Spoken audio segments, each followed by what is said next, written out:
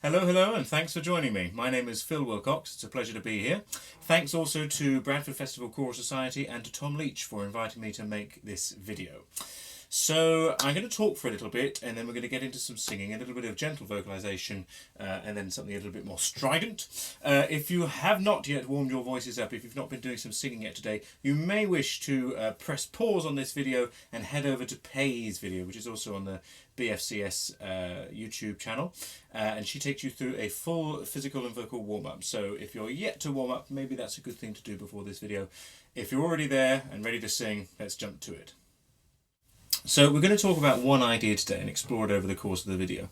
We're going to talk about the idea of finding and maintaining an intention when you sing. So finding an intention to sing, a reason to sing in the breath, and then maintaining that intention through the sung phrase. So a lot of choral music will have a character element to it, or a storytelling element. You think about the Bach Passions, you've got the soloist there playing individual characters, you could say, and also the chorus often provide almost like a literal opera chorus. If you were doing opera choruses, you're an opera chorus. Even just set poems might again be from a narrator's point of view. It's easy to see there where your intention comes from. You might be playing a character or playing a chorus or having a direct story to tell. But we could also say that intention comes from a musical idea. So if you look at the actual music, the way it's structured, are there important themes? Is it canonic or fugal? Do you need to make sure that the audiences catch on to those certain important themes? Is the music that you're singing less important? Therefore, your intention might be smaller or less important in the overall phrase. So why? Why think of an intention? Why have a reason to sing? Well, for me, it just makes it a whole lot more interesting, and it actually makes the singing better. We don't tend to multitask brilliantly well, and certainly not when we've got lights glaring on us, we're up on stage, there's a score in front of us, a conductor in an orchestra, an audience looking at us. We tend to like to think of just one thing, and for me that one thing, rather than being I hope I make the top note, or I can't remember this next movement, or I hope my face isn't doing something funny right now, is rather the reason to sing, the intention, whatever it is that you're about to sing. Also, keeping our brain active like this, keeping our sort of creative side bubbling over as we sing, gives us a better sound. It's going to be a much more interesting sound to listen to, much more communicative through the text. It's actually probably going to have a beautiful sheen of upper resonance as well, which is going to give a beautiful quality to our voices as well. You might find that your breath lasts longer, and that you don't feel like you need to pack in loads of breath. There's no ballooning of breath when you have an intention or reason for singing. You just breathe for what you're singing. So there it is. That's the why and what. Let's get on to exploring it. Okay then, we're going to start with a quick stretch. Now if you've got the space at home or wherever you're watching this video, just stand up, find a bit of space. I'm going to stay seated because of the cameras, but if you can find a bit of space, that'd be great. 4 points of contact on the floor, whether you're seated or stood. So pop your feet on the floor, little bounce in the knees, grow out of your pelvis, out of your hips. Lovely long straight back, lovely long shiny back of the neck.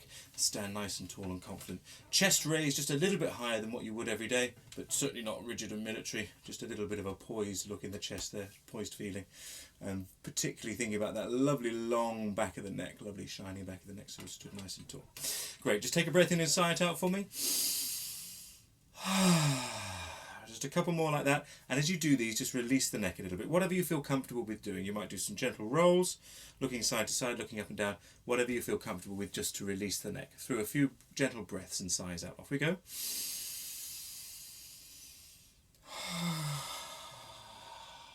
And one more.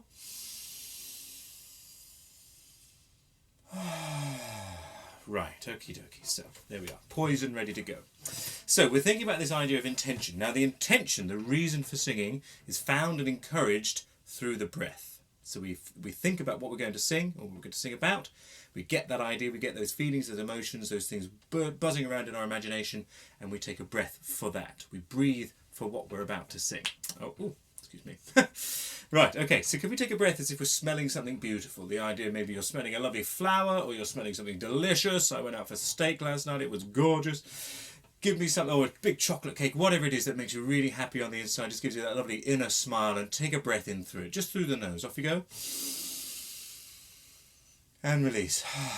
Very good. So in through the nose and out through the mouth. Hopefully you'll feel a little bit of a release in the lower back, and maybe even the upper back as well, but particularly the lower back. That feeling that you've got something around your middle, which is just expanding as you breathe in, okay?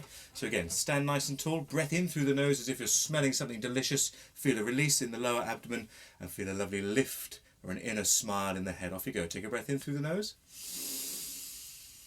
And release. Very nice. Another way to encourage this feeling of lift, this lovely lift up in here, but also a release in the neck, is the idea that you've got some sort of inner secret, something just makes you really, really happy, but you can't tell anyone about it just yet. But you're dying to tell them. And you've got this lovely. I've really got some great news for you. That lovely lift on the inside of the head. Or if you're feeling a little bit more dastardly, you can think of Dick Dastardly, I think that was his name, character out of the Wacky Races. And he had one of those villain moustaches, didn't he? Imagine that lovely grin goes right the way to the back of your head and you feel a lift. We're looking for a lift at the back of the throat when we take a breath in. Give me a lovely villain snarl and take a breath in through the nose and out through the mouth on that. Off you go. Very good. So this idea of intention can actually be brought out physically as well. We feel that lift in the back of the throat. We feel a release in the lower abdomen as well. That's what it's trying to encourage with us physically. And then, of course, we've got to start singing. We've got to find a way to maintain this lift, this poised posture that we found through our breath, and maintain it throughout the sung phrase. So we're just going to do a few sirens, just simple sirens. We're going to start on Just play about that a little bit. I'd like to hear it really, really forward and really sort of, you might say nasally, or you could say it was really kind of that villain snarl about it. Revving your motorbike, something like that. Just give me a lovely long siren, bottom of the register right to the top on an sound. Off you go.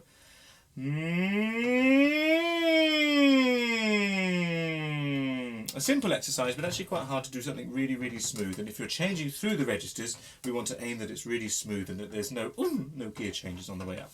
Okay, I'm going to give you a feeling to help. Again, go back to that idea of an intention, a reason to sing. What is it? You're trying to get someone's attention. They're over the other side of the room. You're trying to tell them that you have the most beautiful piece of chocolate cake or the most beautiful plate of pasta in front of you, but you can't tell them with words. You've got to tell them with the sound. Off you go, give it a try.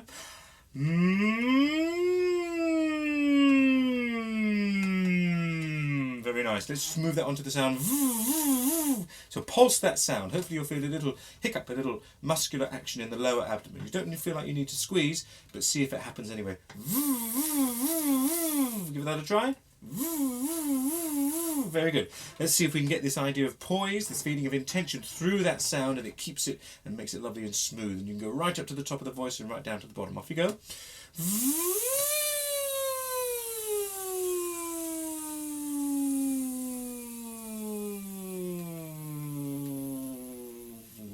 Again, such an easy sounding exercise, but actually really, really difficult to do.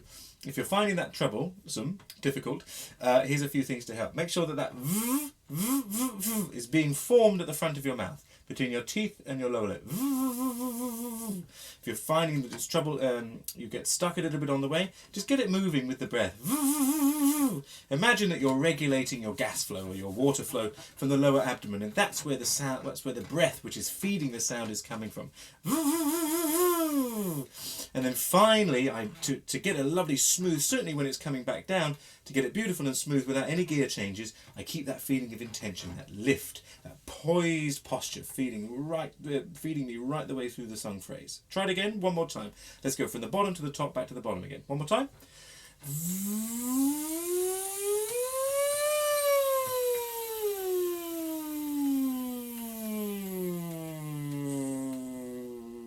And it's particularly important, certainly for male voices, when you get to the lower registers, to not let it sink down, not let that intention droop, that reason for singing, that look over there, that plate of pasta, whatever it is you're trying to tell your audience, don't let that drop down.